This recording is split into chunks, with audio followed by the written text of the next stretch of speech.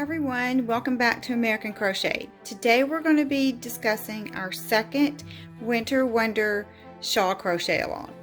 I'm so excited to be starting this with you and I cannot wait to see your design.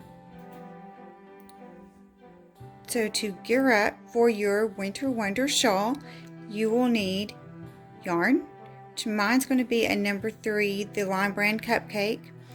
I figured something a little light this time of year where I live at would be better than something heavy. Yarn needle, scissors. I have 2 hooks as you can see, and I have a reason for that, and I will explain that to you once we start our shawl.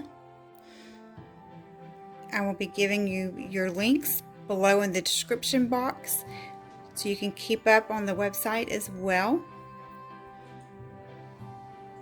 Now if you choose to not use the number 3 lightweight yarn, that's totally okay. You can use a heavier yarn, like a worsted weight. You could use a bulky. That's totally up to you what type of yarn you choose, and depending on your yarn will depend on your hook size. If you want to use some leftover yarn that you've had throughout the year, that's totally fine as well. So grab your supplies and meet me back next week. Have a great day.